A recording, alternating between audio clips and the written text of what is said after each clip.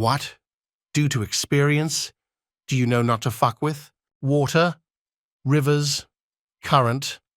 I'm a fairly good swimmer, and I wanted to swim in a river where the current seemed really tame. Boy, was I wrong. Just small moving body of water dragged my poor body like a leaf in the wind. Paracetamol. In one of the dumbest moments of my life, I misread 50 mg when it was 500 mg. Took far too much.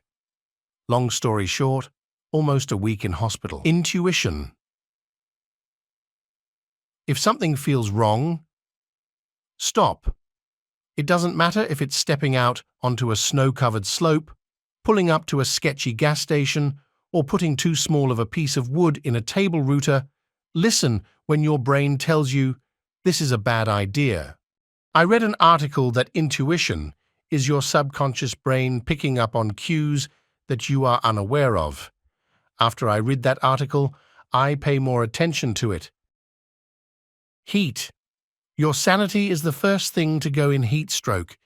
You aren't even aware anything is wrong. You just know you're pissed.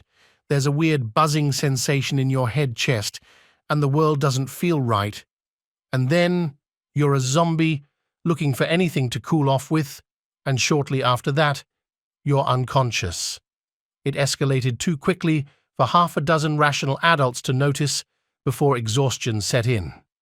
Heat will kill you quicker than you think. If someone at work tries to badmouth someone else and they ask you about what you think about that person, just keep your mouth shut. Not immediately washing and disinfecting an open wound. Fridays. In the IT world, we call it Read-Only Friday. Don't change anything. Precipitation when it is cold outside. I got caught in a snowstorm in Shenandoah National Park in March 2019. It was 50 in the valley, but I got 2 feet of snow on the top of the ridge. The forecast did not call for any precipitation that day. I was hiking on the Appalachian Trail and thought that a few flurries were nothing to worry about. I left a lean-to shelter that would have kept me dry and protected from the wind. I hiked less than 6 miles and was struggling to move forward because the snow was so deep. I was soaked to the bone, freezing cold, and beginning to lose fine muscle control in my fingers.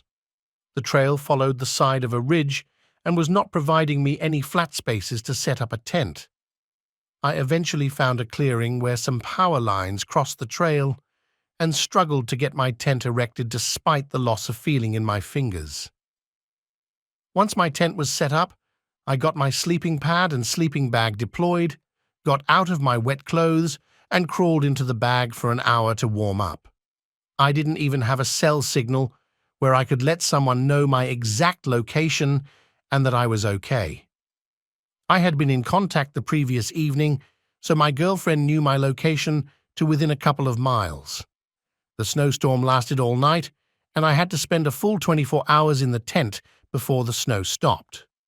The next day, after the snow stopped, I packed up my camp and kept hiking through the 2 feet of snow. The trail crossed Skyline Drive after a short distance, and I followed that road for not 9 miles to the nearest park entrance. I called a shuttle and spent the night in Waynesboro, VA at a hiker hostel. The warm shower, boot dryer, and warm food were exquisite. When you make an error in judgment in the wilderness, the goal is to survive long enough to learn from your mistake. I learned my lesson. I will not screw around when dealing with precipitation and cold weather. If there is any doubt, I will just hunker down and wait for the wet weather to pass. Vibrating logs in the forest. Don't investigate. Don't kick it. Don't throw things at it. It is always hornets. Being careless in the shower. A few years ago, I was showering and I forgot the new bottle of conditioner sitting in the counter. I slipped on some shampoo residue in a rush to get out of the shower, because no likey cold air. I slammed my ribs against the porcelain tub, completely knocked the wind out of me, but I somehow managed to crawl out of the shower and bathroom to make it to my phone, genuinely thinking I would have to call an ambulance to take my naked ass to the hospital.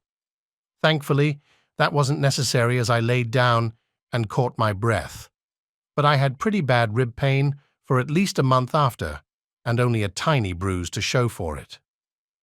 After that experience, I could absolutely see how falling in the shower can kill a person.